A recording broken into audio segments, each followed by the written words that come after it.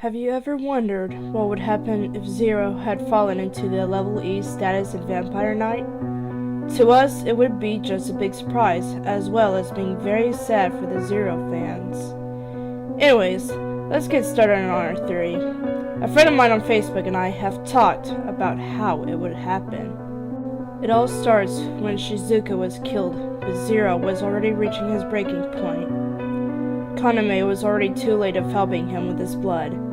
The only thing that Kaname could do now was to awaken Yuki, so that she could stop Zero, since Zero was so strong that even the prison that contained him wouldn't hold him much longer.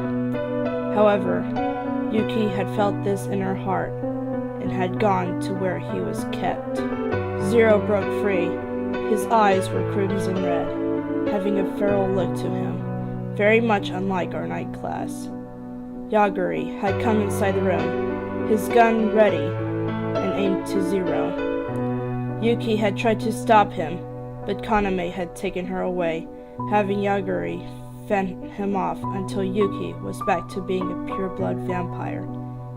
As expected, the night class had followed them, waiting for their princess to awaken so she could protect the academy. Knowing of this news, Headmaster Cross had taken the day class students somewhere else so that they could be safe. However, as Kaname got Yuki to wake up, she still wasn't ready to wake up. She had to drink more of Kaname's blood than she had in the original episodes, but was stopped by Kaname's news of Zero. She had remembered that she had a duty to help Zero, but she knew that the actions that she needed to take against him. As they have returned to where Zero was kept, the body of Yaguri was on the ground, drained of blood. The clothes that were Ichiru's were on the ground, hinting that Zero had consumed him, breaking the Cursed Twins title with his brother. Much like the anime, Yuki had done her best to have Artemis turn from a rod to its scythe form, despite how much the anti-vampire weapon rejected her at the start. Knowing that it could be too late, Yuki had tried her best to reach out to him.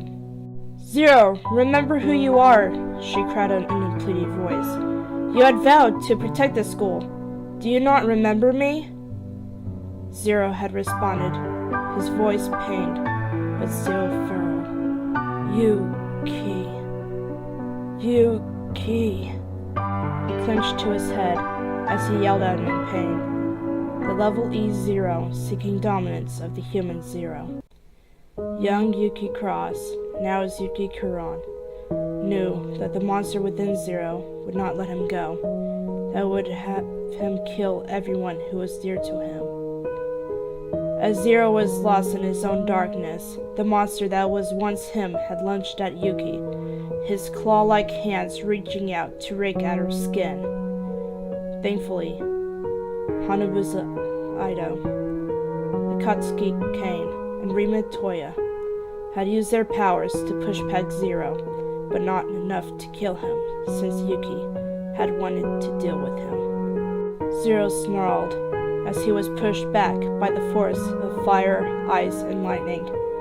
His body had recoiled much like a snake, ready to strike its victim. It gave Yuki time to move toward him, Artemis in her hand. With a sad look in her eyes, gazing to Zero's cold animal eyes, she swung Artemis and had cut Zero deeply, causing him to lose enough blood that he would die. He collapsed to the ground, the beast within going away from his human form. He gazed to Yuki, smiling slightly as he says while watching her cry, "Don't cry, Yuki. You had done what you had to do. I couldn't contain it any longer, and now I'm free of the curse that she had given me. Now I can finally join my family and Yaguri-senpai."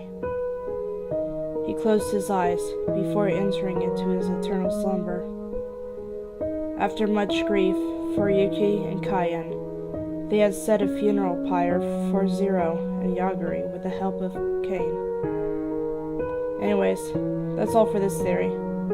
In all honesty, I am glad that Zero had made it, and had played a bigger role, mostly in Yuki's life. I am sure that you all do as well.